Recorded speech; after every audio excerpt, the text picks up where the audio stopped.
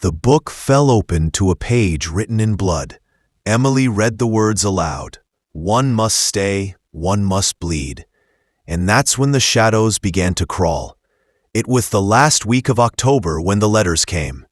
Emily, Daniel, Sarah, and Michael, friends since high school, each received a sealed envelope delivered to their doors.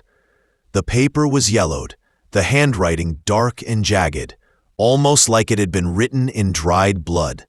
The message inside was short but terrifying. On the night of October 31st, come to the Blackwood Mansion. You have been chosen. The truth waits for you. Do not ignore the calling. At first, they dismissed it as a prank. Sarah laughed and said, "What is this? Some creepy Halloween joke?" But none of them admitted to sending it. What disturbed them most was the handwriting.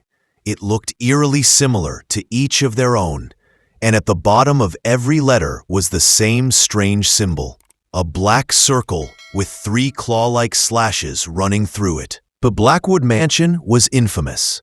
Abandoned since the 1970s, when the wealthy Blackwood family disappeared overnight. The neighbors claimed they heard screaming that night, but when police entered the house, they found nothing, only bloodstains on the floor that never faded. Despite their fear, curiosity drove them. On Halloween night, the 4 friends drove deep into the valley. The fog was so thick it swallowed the headlights. The further they went, the quieter the world became. No birds, no crickets, no wind, just silence. Finally, the mansion appeared through the mist like a giant corpse. Its roof sagged, the walls blackened, and its windows gaped like hollow eyes. Michael pushed the gates open. The metal shrieked like something alive. The air smelled of rotting wood, wet soil, and faintly, blood.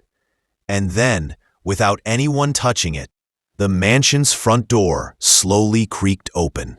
Daniel swallowed hard. It's like the house was expecting us. They stepped inside. The moment they crossed the threshold, the air grew heavy. Their phones lost all signal, flashlights flickered, and it felt as though the house exhaled, releasing decades of stale breath. The hallway stretched endlessly, lined with tall portraits of the Blackwood family. The faces were stern, painted in oils, but their eyes seemed alive, following every step. Sarah whispered, "Do you hear that?" At first, they heard only silence, but then a faint lullaby. A woman's voice, broken and weeping, drifting down the corridor. "Hush, little one, don't you cry." The sound echoed everywhere at once. They explored cautiously. Rooms appeared different than they should. Doors led to hallways that didn't exist. Stairs bent in impossible directions. The house seemed to rearrange itself, pushing them deeper inside. In one bedroom, Emily saw a cradle rocking by itself. Inside wasn't a baby, only a bundle of human hair, wet and sticky, tied with rotten ribbon. Daniel turned pale. "We shouldn't be here. This place doesn't want us to leave." In the cracked mirror across the room, he caught sight of a figure, a tall shadow standing behind him. Its head bent low, neck unnaturally twisted, with arms dragging across the floor. When he spun around, nothing was there. The dining hall was set as if for guests. Plates filled with food steamed as though freshly cooked. But when Sarah leaned closer, she saw the meat twitch, as though still alive. Suddenly, the lights flickered violently, and whispers filled the room. Dozens of overlapping voices, chanting together, "Welcome back. You belong to us. You should never have left." The friends froze. The house was alive, and it remembered them. Desperate, they stumbled into the basement, hoping for a way out. What they found instead was far worse. The stone floor was carved with a massive circle, filled with strange symbols. Dried blood was smeared across it, still glistening in places. At the center lay a leather-bound book. Michael knelt and opened it. The pages smelled of rot and burnt flesh. Inside were rituals, sacrifices, lists of names, hundreds of names, and then their own names, written in blood. Suddenly, the door slammed shut behind them. The air thickened. The basement grew colder than ice. From the shadows, something began to emerge. Pale arms with too many fingers crawled across the ceiling like spiders. The walls dripped blood, seeping from the cracks. The chanting rose again, deafening. One must stay. One must bleed. The circle is hungry. Emily screamed, clutching her ears as blood dripped from them. Daniel grabbed her, but invisible hands clawed at his ankles, dragging him into the circle.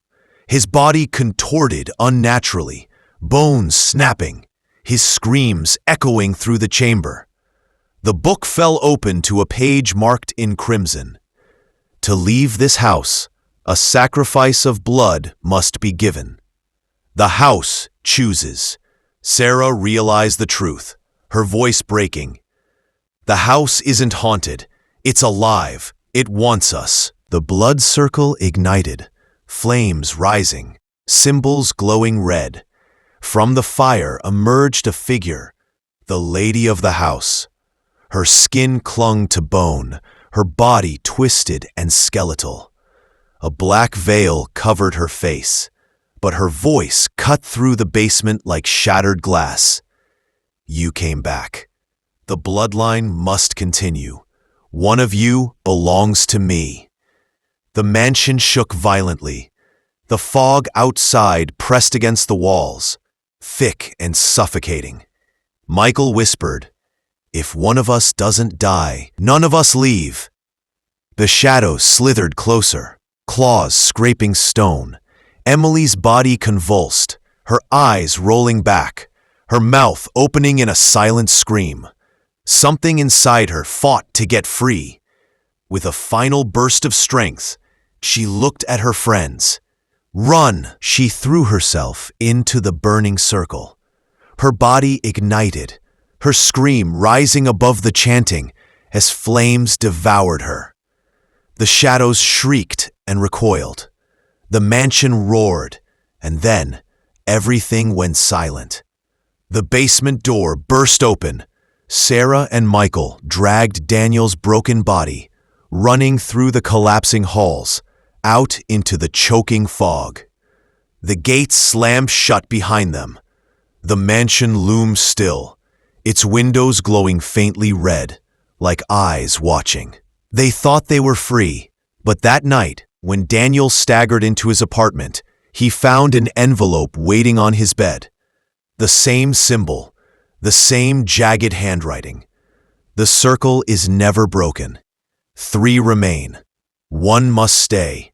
1 must bleed. And deep within the valley, the Blackwood Mansion sang its lullaby once more.